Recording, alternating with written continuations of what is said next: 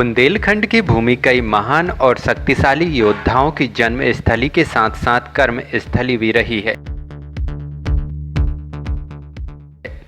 इतिहास के पन्नों में जिन भारतीय योद्धाओं को उचित पहचान और स्थान नहीं मिला, उनके शौर्य के सबूत पूरे बुंदेलखंड में मिलते हैं।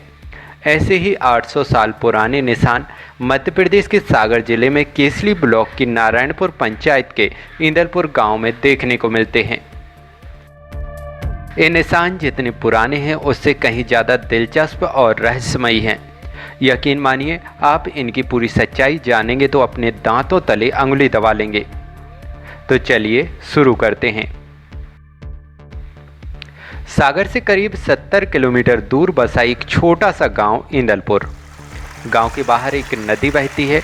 पुराने समय से ही इस नदी के पानी का उपयोग गांव के लोग नहाने, कपड़े धोने और जानवरों को पिलाने के लिए करते हैं। यही वजह है कि इस जगह को पटपरा कहा जाता है, जिसका अर्थ होता है कपड़े धोने का स्थान। इसी नदी के बीचों बीच पत्थरों में बने हैं इंसानों और घोड़ों के पैरों के निशान। यह निशान आम लोगों के पैरों के निशानों से बिल्कुल अलग हैं। इनकी लंबाई करीब 19 इंच है, जो दुनिया के सबसे बड़े पैरों का रिकॉर्ड अपने नाम करने वाले अमेरिकन रॉबर्ट बेडलो से भी ज़्यादा है। इनके जूतों की लंबाई 18.5 इंच थी और इनके शरीर की लंबाई की बात करें तो ये 8 फीट 11 इंच के थे और ये 1918 से 1940 तक जिंदा रहे। अब सवाल उठता है, नदी में बने ये पैरों के निशान किसके हैं और पत्थरों में कैसे बने? गांव में फैली दंत कथाओं के अनुसार आल्हा के छोटे भाई का नाम उदल था। यह युद्ध का प्रेमी और बहुत ही प्रतापी था। अधिकांश युद्ध जिन्हें आल्हा ने लड़ा, उनका जन्मदाता इसी को माना जाता है। इसके घोड़े का नाम बैदुल था। यह घोड़ा देवराज इंद्र का घोड़ा था। इसके अतिरिक्त 4 और घोड़े इंद्र के रथ में थे जो जोते जाते थे, जिन्हें उदल धरती पर उतार लाया था। कहा जाता है कि देवराज इंद्र मल्हना से प्यार करता था। इंद्रलोक से वह हर रोज रात में उसे देखने आते थे। एक रात जब इंद्र पृथ्वी पर आए तो उन्हें उदल ने देख लिया और जब इंद्र जाने लगे तो उदल ने उनके रथ को पकड़ लिया।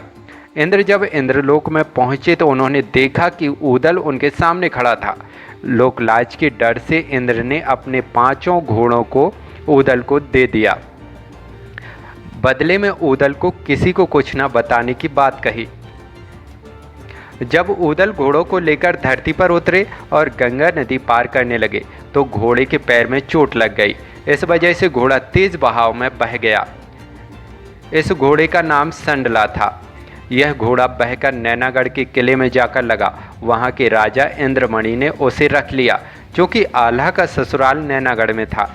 इस वजह से इस घोड़े को महोबा लाया गया और आल्हा को सौंप दिया। जब यह घोड़ा वापस आया तो आल्हा का बेटा उस पर सवारी करने लगा।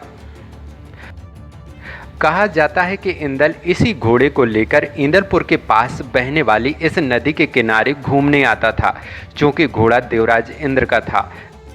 इस वजह से बहुत ज़्यादा तेजस्वी था और इंद्र जब इसकी सवारी करता वो भी बहुत बलशाली हो जाता।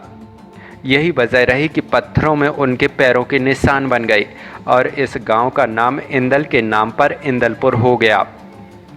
अगर आप सागर जिले में कहीं भी रहते हैं तो आपको इन निशानों को देखने ज़रूर आना चाहिए। अगर आपको वीडियो पसंद आया तो वीडियो को लाइक, शेयर और चैनल को सब्सक्राइब ज़रूर करें। धन्यवाद। जय हिंद।